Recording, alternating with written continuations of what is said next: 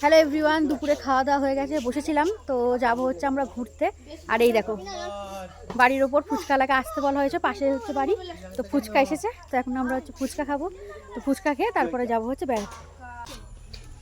হচ্ছে ফুচকার আলু মাখা। না ওটাও দাও, ফুচকা দাও, আমরা ফুচকা খাই।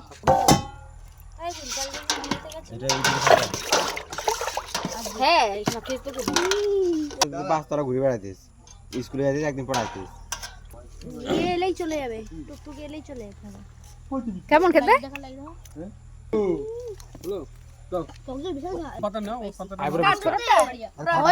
তুলে দিই। দিয়ে দিয়েছে ফুচকা, এখন ফুচকাটা খাচ্ছি। আমি আলু ছাড়া হেভি হেভি আমার দাও। দাও না দাঁড়াও কুচি মাছ চলে গেছে, দাও আমার দাও। আমাকে আলু ছাড়া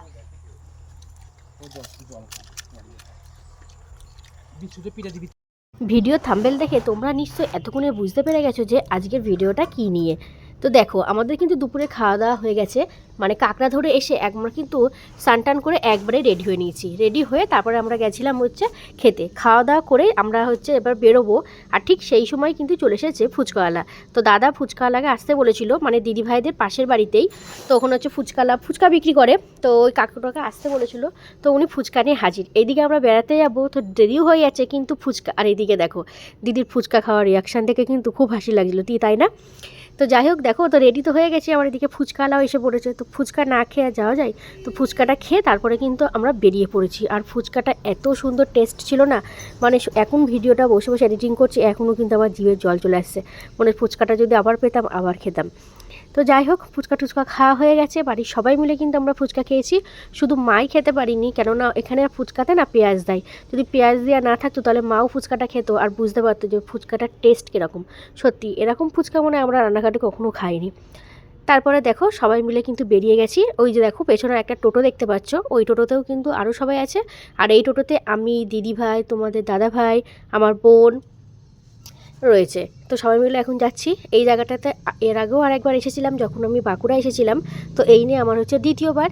তো তখন হচ্ছে দিদিভাইয়ের ভাইয়ের বিয়েতে এসেছিলাম, ওই জন্য তখন দিদিভাই আসেনি। তারপরে হচ্ছে আমার শাশুড়িও আসেনি, মানে এসেছিলো, বাড়িতেই ছিল, তখন হচ্ছে আমরা এসেছিলাম। তো এবার আমার বোনও যেহেতু বাঁকুড়ায় এসছে ফার্স্ট টাইম, তো দাদাকে বলেছিলাম যে আমরা ঘুরতে যাবো। তারপর প্ল্যানিং করে সবাই মিলে ঘুরতে চলে এসেছি। আর এই যে এতটা চর দেখছো না, এটা কিন্তু দামোদর নদীর চর।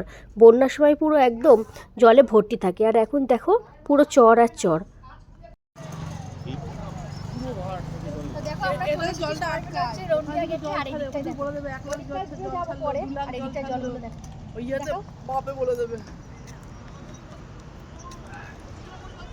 আমরা ওপারে গেছি। নো নো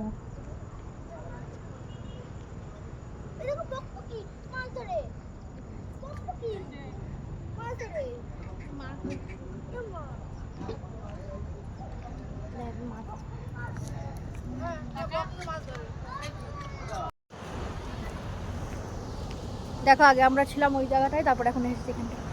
আমরা দুজন আজকে পুরো ম্যাচিং সাদা সাদা, তবে সোয়েটার গায়ে দিয়েছি। টোটো করে এলাম অনেকটা রাস্তা। এবার তোমাদের নিয়ে যাবো ওই জায়গাটায়, যে জায়গাটা আমরা এর আগে একবার এসেছিলাম, ওখানে গেছিলাম। তুই দেখো পেছনে মা কই, ওই যে মা হাঁটতে পারছে না, ওই জন্য মা দিদিভাই একটু আস্তে আস্তে, তো আমরা আগে গেলাম। জায়গাটা এলে না বেশ ভালো লাগে, মনটাও বেশ, মানে একদম মনটা পুরো ফ্রেশ হয়ে যায়।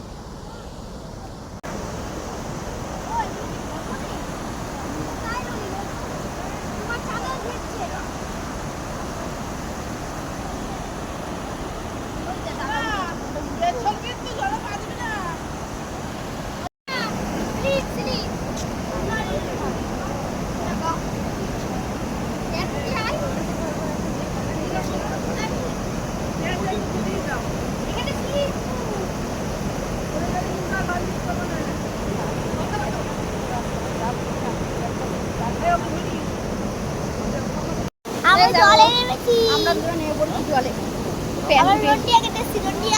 জায়গাটার নামই তো বলা ভুলে গেছি। দেখো রন্ডিয়া গেট, এই সাইডে জল দেখো, জলটা কিন্তু প্রচন্ড পরিমাণে ঠান্ডা। স্লিপ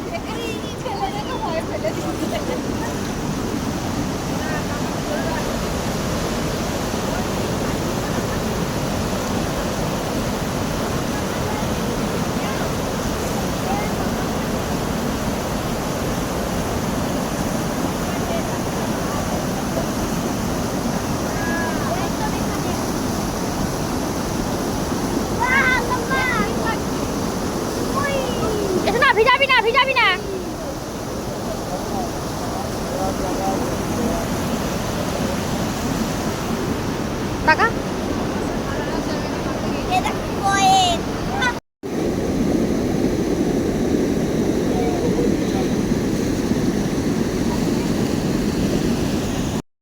এইখানে জলের স্পিডটা কিন্তু প্রচণ্ড পরিমাণে, দূর থেকে একটু ভিডিও ক্লিপস নিয়েছিলাম। আর এখানটায় প্রচণ্ড পরিমাণে পিছল, মানে পা যদি একটু পিছলে যায় না তাহলে কিন্তু একদম নিচে পড়ে যেতে হবে।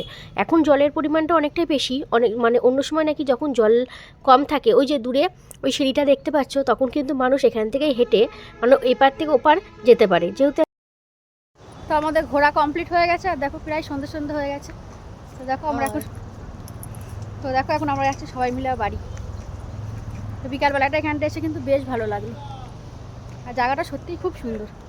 তো এখন লাস্টের দিকে আমি, ওদিকে হচ্ছে দিদি, এদিকে হচ্ছে এই যে আমার বোন, ওদিকে রয়েছে সঞ্জিত দা, সবাই মিলে একসাথে যাচ্ছি। আর ওদিকে সবাই দাঁড়িয়ে আছে, মানে আমরা অনেকগুলো ভিডিও বানালাম, এই জন্য আমাদের দেরি হয়ে গেল। তো চলো এখন যাবো হচ্ছে বাড়ি গিয়ে এখন নাচ হবে। এই দাঁড়া, বাড়ি গিয়ে নাচবি? হ্যাঁ চলো টাটা, আবার পরে সবার সাথে দেখা হবে। বাড়িতে এসেই দেখি মাসিমা এখানে কাঁকড়াগুলো কাটতে বসে গেছে। মাসিমা বাড়িতে ছিল, মাসিমা আর যায়নি। তারপরে আমরা হচ্ছে বাড়িতে আসার আগেও কিন্তু আমরা বাজারে দাঁড়িয়েছিলাম। বাজারে দাঁড়িয়ে সবাই কিন্তু চা খেয়ে তারপরে বাড়িতে এসেছি। বাজারে কিন্তু আবার ট্যাংরা মাছ বিক্রি হচ্ছিল, আরও অন্যরকম মাছ ছিল, কিন্তু ট্যাংরা মাছটা দেখে মেসোমশাই আবার ট্যাংরা মাছ কিনে এনেছে। তো মাসিমা ওদিকে কাঁকড়া তো বাঁচা হয়ে গেছে, এখন ট্যাংরা মাছগুলো কাটবে। তার মানে অনেকগুলো মাছ ছিল। আর এইদিকে দেখো দিদিভাই এসেই কিন্তু চাউমিন বসিয়ে দিয়েছে। তো আসলে বাজার থেকে না দিদিভাইদের বাড়িটা অনেকটাই দূর, আর চপ কিনে আনতে আনতে না চপ ঠান্ডা হয়ে যেত, ওই জন্য বাড়িতে চাউমিন বানানো হবে। মা যেহেতু নিরামিষ খায়, এর জন্য মায়ের জন্য কিন্তু আগে নিরামিষ চাউমিন করে মাকে দেওয়া হয়ে গেছে। তারপরে এদিকে দেখো সবার জন্য চাউমিন করা হচ্ছে ডিম দিয়ে। আর চাউমিনের পরিমাণটা কিন্তু অনেকটাই লোক, কেন বিয়েবাড়ি বুঝতে পারছো, বিয়েবাড়ি মানে কিন্তু অনেক লোক, আর সবার কিন্তু খুব খিদেও পেয়ে গেছে। আর এইদিকে তো ওই যে তখন দেখালাম যে বাজার থেকে ট্যাংরা মাছ কিনে আনা হয়েছে, আর ওইদিকে আবার কাঁকড়াও মানে রয়েছে, মানে রাতে আবার কিন্তু এগুলোতে রান্না হবে। তো বিয়েবাড়িতেও কিন্তু মানে আমাদের নেমন্তন্ন রয়েছে সকাল থেকেই, কিন্তু মানে এইগুলো যেহেতু কিনে আনা হয়েছে, আবার দুপুরবেলায় আমরা কাঁকড়া ধরেছি, এই জন্য মানে আজকে রাতে হচ্ছে আমরা মাসিমাদের বাড়িতেই কিন্তু খাবারটা খাবো। তো দেখো ট্যাংরা মাছে একটু বেগুন দিয়ে রান্না করলে ভালো হয়, তো ঘরে তো বেগুন ছিল না, তাতে অসুবিধা নেই, মাসিমাদের বাড়িতেই কিন্তু অনেকগুলো বেগুন গাছ রয়েছে। তাই মাসিমা এসেছিলো বেগুনগুলো কাটতে, তাই বললাম আমিও যাই তোমার সাথে গিয়ে দেখি। তাই দেখো কি সুন্দর, ভালোই লাগছে তাই না বলো? জিনিস নেই মানে এটা ঘরে ছিল না, কিন্তু গাছে তো রয়েছে, আর নিজেদের গাছ থেকে এরকম পেরে তারপরে রান্না করার মজাটাই কিন্তু বেশ আলাদা। ওইদিকে দেখো এক কড়া কিন্তু চাউমিন হচ্ছে, আর এদিকে সাথী এখন বেগুনগুলো কাটতে বসে পড়েছে। আলু দিয়ে আর বেগুন দিয়ে ট্যাংরা মাছের পাতলা করে ঝোল হবে, কাঁকড়া হবে, তারপরে ওইদিকে ভাত রান্না হবে।